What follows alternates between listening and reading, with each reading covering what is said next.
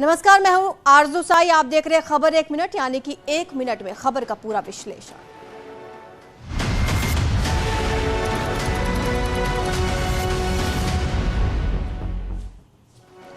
उत्तर प्रदेश की 2 लोकसभा सीटों पर कल उपचुनाव के लिए वोटिंग होगी। रामपुर और आजमगढ़ लोकसभा सीट के लिए मतदान होना है। इसके लिए पुलिस प्रशासन अलर्ट मोड पर है और वोटिंग के लिए पूरी तैयारियां कर ली गई हैं। आजमगढ़ और रामपुर लोकसभा उपचुनाव में गुरुवार को वोट डाले जाएंगे। दोनों जगहों पर पोलिंग पार्टियां बूथ पर पहुंच रही हैं।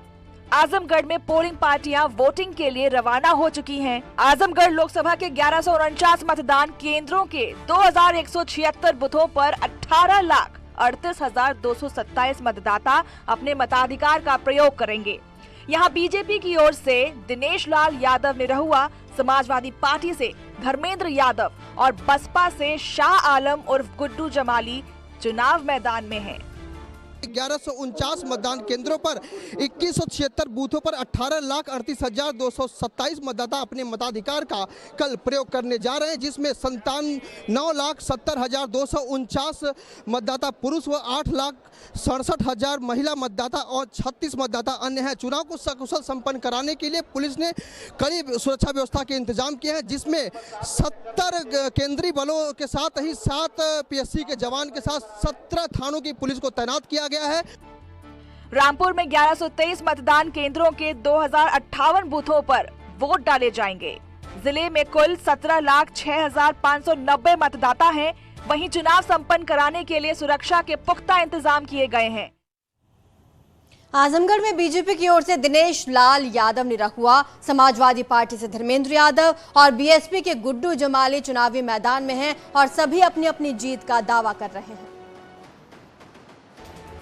उपचुनाव में वोटिंग के लिए कुछ घंटे ही बाकी हैं और इससे पहले आजमगढ़ से बीजेपी उम्मीदवार दिनेश लाल निरहुआ ने बीजेपी की बड़ी जीत का दावा किया है और समाजवादी पार्टी पर भी जमकर निशाना साधा।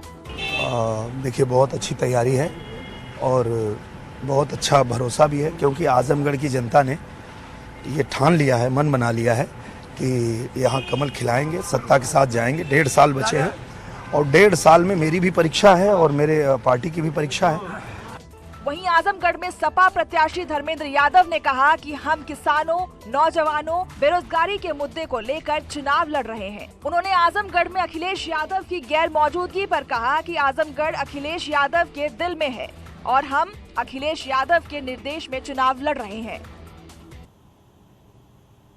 राष्ट्रपति पद के लिए एनडीए उम्मीदवार द्रौपदी मुर्मू 24 जून को नामांकन करेंगी। नामांकन के दौरान प्रधानमंत्री मोदी समेत कई केंद्रीय मंत्री वहां पर मौजूद रहेंगे। एनडीए की तरफ से बुधवार को ही द्रौपदी मुर्मू को राष्ट्रपति उम्मीदवार घोषित किया गया।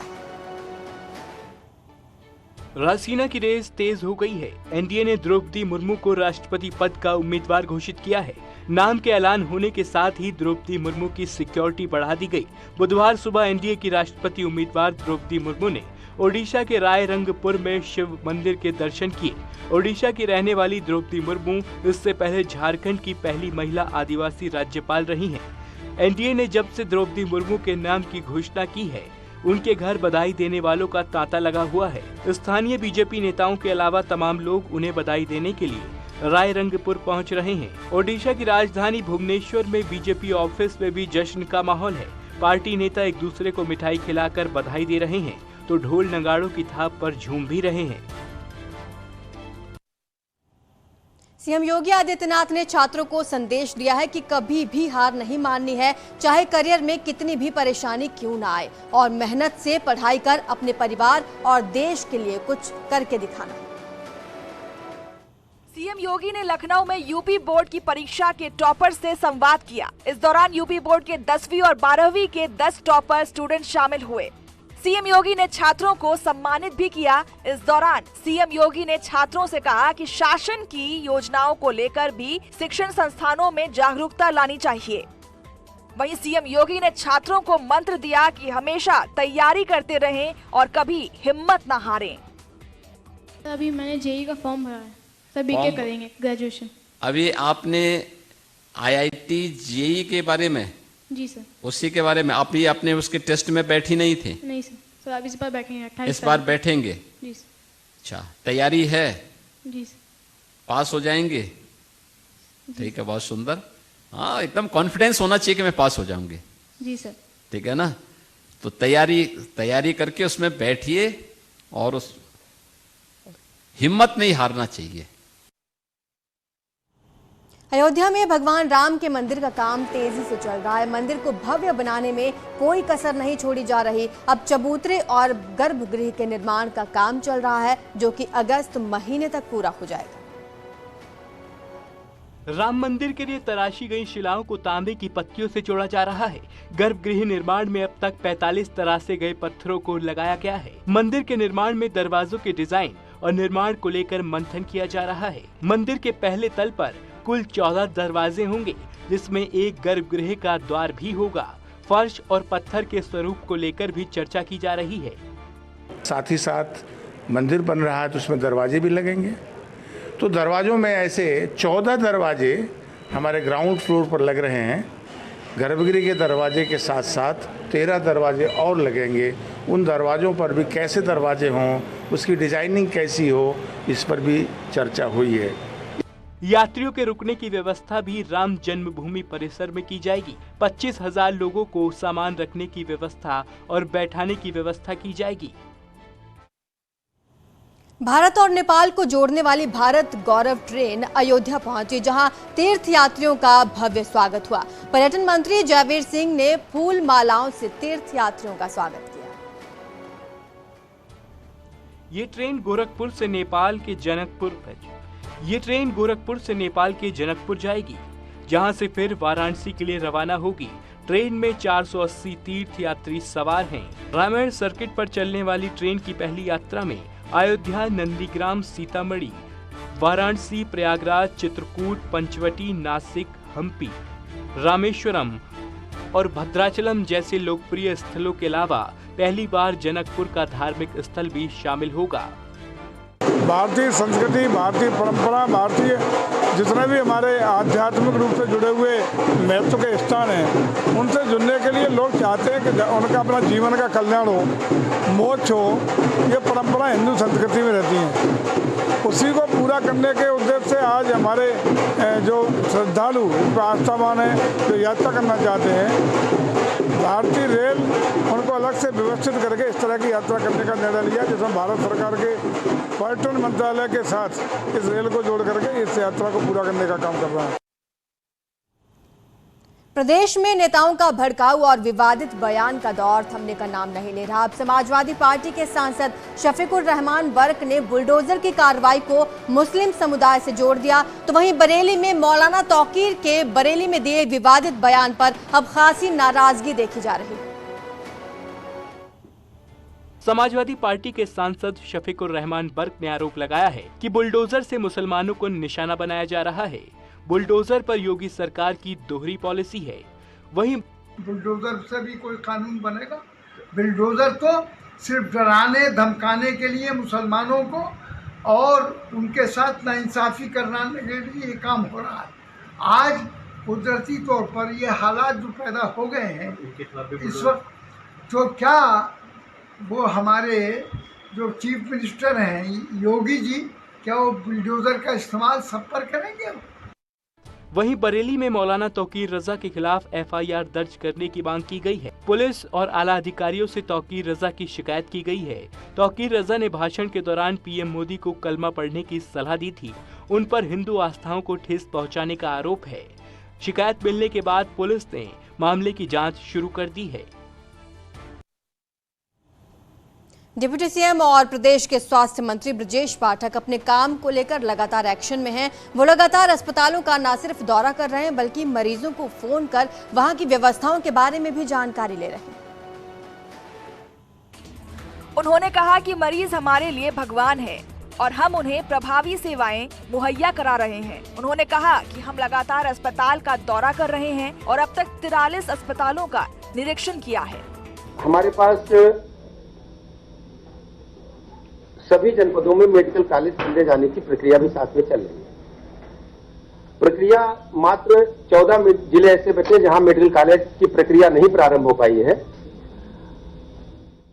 16 जनपद ऐसे थे जहां पर PPP मोड पे हमें मेडिकल कॉलेज खोले जाने थे, उसमें 2 में हमने MOU साइन कर लिया, 14 में भी प्रक्रिया चल रही है।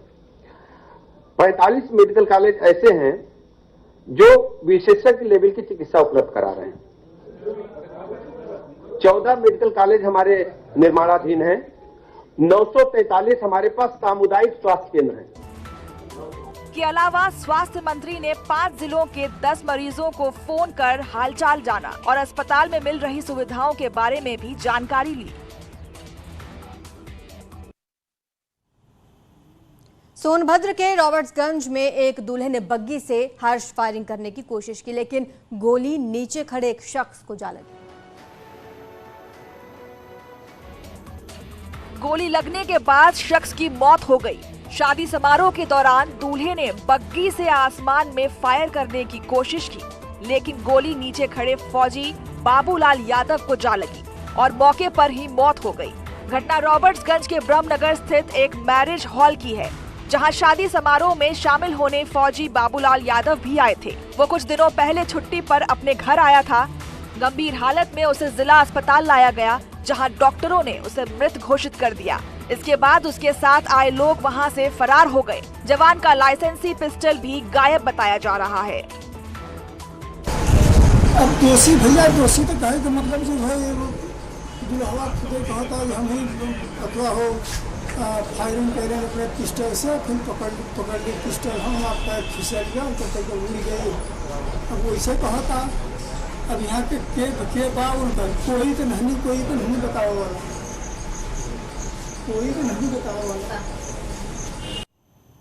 डीजे पर तमंचे के साथ डिस्को का क्रेज बढ़ता जा रहा है। आए दिन इस तरह के वीडियोज वायरल होते हैं। अब मिर्जापुर का एक नया वीडियो वायरल हो रहा है, जिस पर कार्रवाई की बात की जा रही है। ये वीडियो मिर्जापुर के एक समारोह का है, जहां तेज आवाज में संगीत बज रहा है। उसकी धुन पर युवा और बच्चे डांस कर रहे हैं। एक युवक हाथ में तमंचा लिए नाच रहा है। उसके आसपास छोटे बच्चे अपनी मस्ती में मग्न हैं। इस दौरान दूसरा युवक आता है और डांस कर रहे युवक के साथ नाचते हुए असला लेकर किनारे हो जाता है। इस पूरे मामले को लेकर पुलिस का कहना है कि वायरल वीडियो जिगना थाना क्षेत्र के खैर गाँव का है, जहाँ एक तिलक समारोह हो रहा था। अब इस मामले की जाँच पुलिस को सौंप दी गई है। वीडियो वायरल हुआ है, वो प्रथम जानकारी में पता लगा है कि वो थाना जिगना स्थित खैरा गांव का है, जिसमें विजय विक्रम शर्मा सन ऑफ मुन्नालाल शर्मा का तिलक था, जो कि दिनांक 6/5/2022 को था।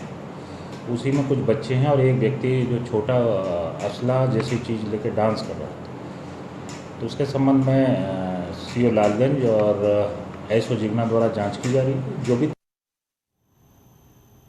उधर कानपुर में होटल के बाहर युवक और युवती के बीच हाथापाई का वीडियो सामने आया, जो सोशल मीडिया पर वायरल हो रहा है। ये झगड़ा प्रेमी और प्रेमिका के बीच का बताया जा रहा है। कानपुर के थाना थिलियाना इलाके में उस वक्त हड़कंप मच गया, जब होटल में गए एक प्रेमी जोड़े के बीच कहासुनी हो गई। देखते ही देखते मामला हाई वोल्टेज ड्रामे में बदल गया, जहां युवती ने युवक के बाल पकड़े और सड़क पर ले आई और युवक को पीटना शुरू कर दिया। पूरी घटना को सामने खड़े एक युवक ने मोबाइल में रिकॉर्ड कर लिया, जिसका वीडियो सोशल मीडिया पर वायरल हो रहा है। इस मामले में पुलिस का कहना है कि जांच पड़ताल की जा रही है। लिखित शिकायत आने पर ही कार्रवाई की जाएगी। कानपुर हिंसा मामले में SIT का एक्शन जारी है। अब SIT ने हिंसा में फंडिंग के आरोप में मुख्तार बाबा को गिरफ्तार किया। ये गिरफ्तारी नई सड़क इलाके में हिंसा मामले में हुई है। मुख्तार बाबा को हिरासत में लिया है और हमें इस विवेचना के संदर्भ में उनसे ढेर सारी चीज़ें जाननी है, समझनी है। We have to cross examine him. तो कानून के हिसाब से, विधि के हिसाब से जो आवश्यक अग्रतर कार्यवाही है वो की जाएगी और न्यायालय जैसा हमें परामर्श देगी वैसा हम आगे करेंगे। मुख्तार बाबा पर हयात जफर हाशमी को हिंसा के लिए फंडिंग करने का आरोप है। 3 जून को नई सड़क पर हुई हिंसा मामले में मास्टरमाइंड के बयानों के आधार के बाद अब क्राउड फंडिंग करने वाला मुख्तार बाबा पुलिस की गिरफ्त में है। फिलहाल पुलिस मुख्तार बाबा से पूछताछ कर रही है और इस मामले में अब बिल्डर SIT और पुलिस के निशाने पर है, जिसको जल्द से जल्द पुलिस गिरफ्तार करने का दावा कर रही है। न्यूज़ 18 के लिए कानपुर से सौरभ मिश्रा। यहां रुकेंगे छोटे से ब्रेक के लिए, जल्द हाजिर होंगे।